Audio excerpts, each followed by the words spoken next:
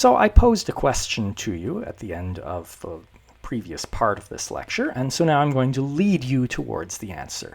So here are you and your friend Sam standing in a hallway around the corner from each other.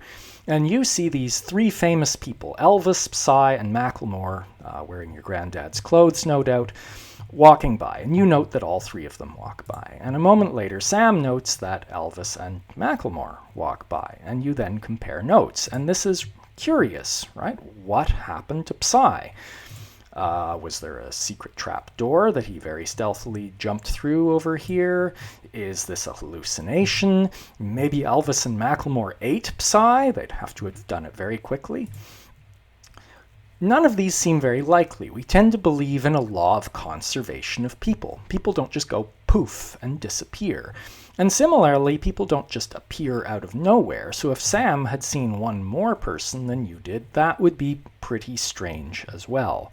So, slightly more abstractly, if you and Sam were standing in this hallway and just counting the number of people who go by per hour, if you counted 90 people per hour going past, as long as there are no doorways or other exits here, Sam had better also count 90 people per hour. Otherwise, something strange is happening.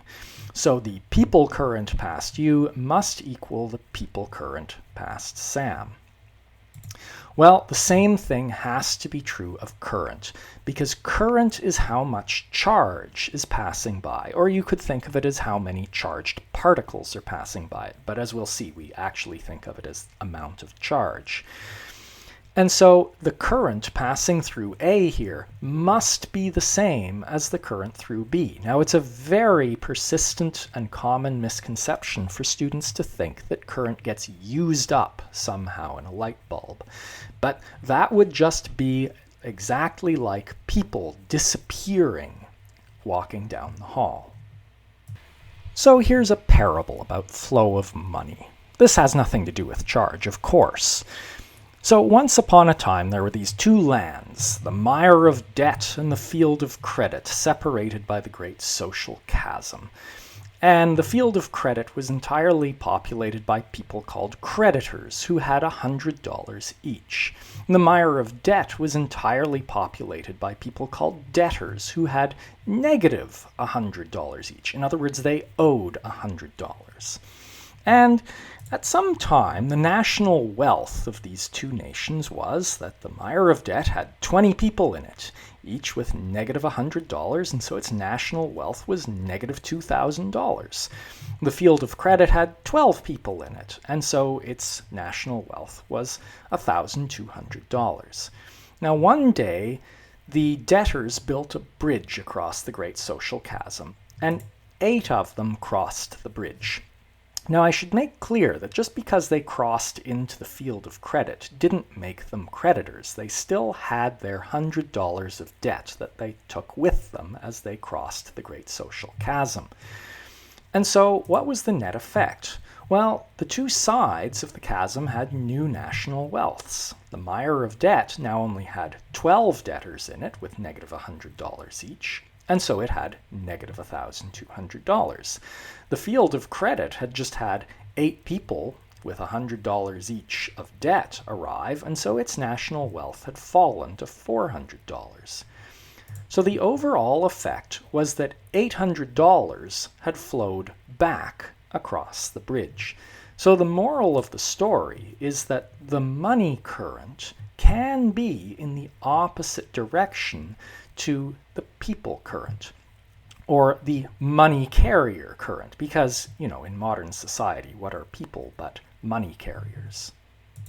Well, current works just like money flow. The thing with the money flow is that we were talking about the flow of positive money. And so when people with negative money walk one way, the flow of money is in the opposite direction.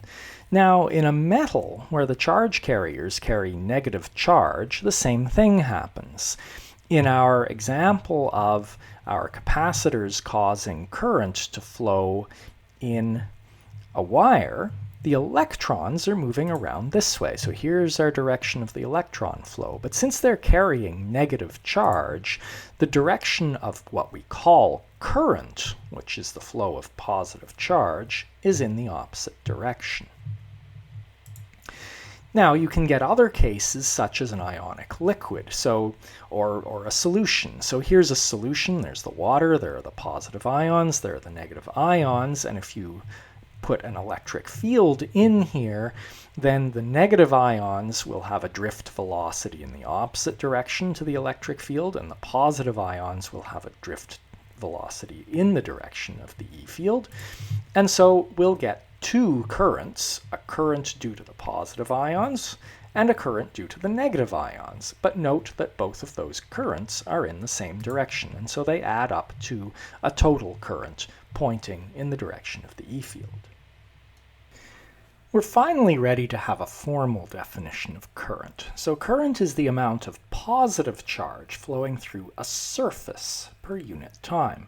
And so you can imagine, say, a wire. Here's a piece of wire, and you have a surface that's just a cross-section of the wire, and you have to look at the total amount of charge crossing through that cross-section per unit time. And the current, I, is now defined as the amount of charge per unit time, which tells you what its units must be. The unit is called the ampere, and it must be coulombs per second, just from this.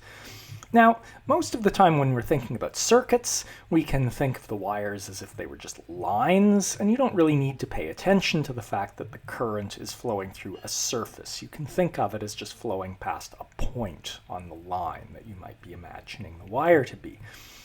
But there are other situations where you need to pay more attention to the fact that it is all of the charge flowing through a surface.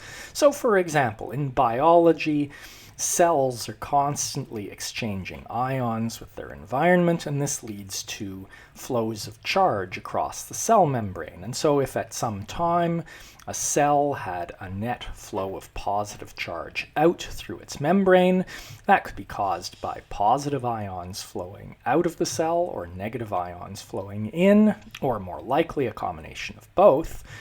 But the current would have to be defined as the total amount of charge crossing through the whole cell membrane per unit time.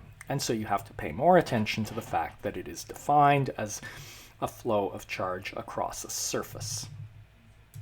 I'm going to close this lecture with what is probably the most useful thing about current when you're doing circuit analysis, and it just uses the thing we've basically been talking about through most of this lecture, which is that charge is conserved. And so if you have a junction where a bunch of wires meet, we don't expect that charge collects there. If it did, the junction would become charged, and it would start exerting electrical forces on things nearby. You don't expect that when you turn on a light or when you turn on your cell phone, that shortly thereafter your hair starts standing on end because of electrical forces being exerted on you by your phone. That just doesn't happen. So charge doesn't collect at junctions in wires. And so that means that the total current into the junction must equal the total current out. However much charge is arriving at the junction, the same amount must be leaving. Otherwise, charge would collect at the junction. So the sum of the currents into the junction has to equal the sum of the currents out. And so, for example, if you had a junction like this, where one wire is splitting into two wires, if there are 5 amperes in here at A and 3 amperes out here at B, we immediately know there have to be 2 amperes flowing out here at C so that the total in equals the total out.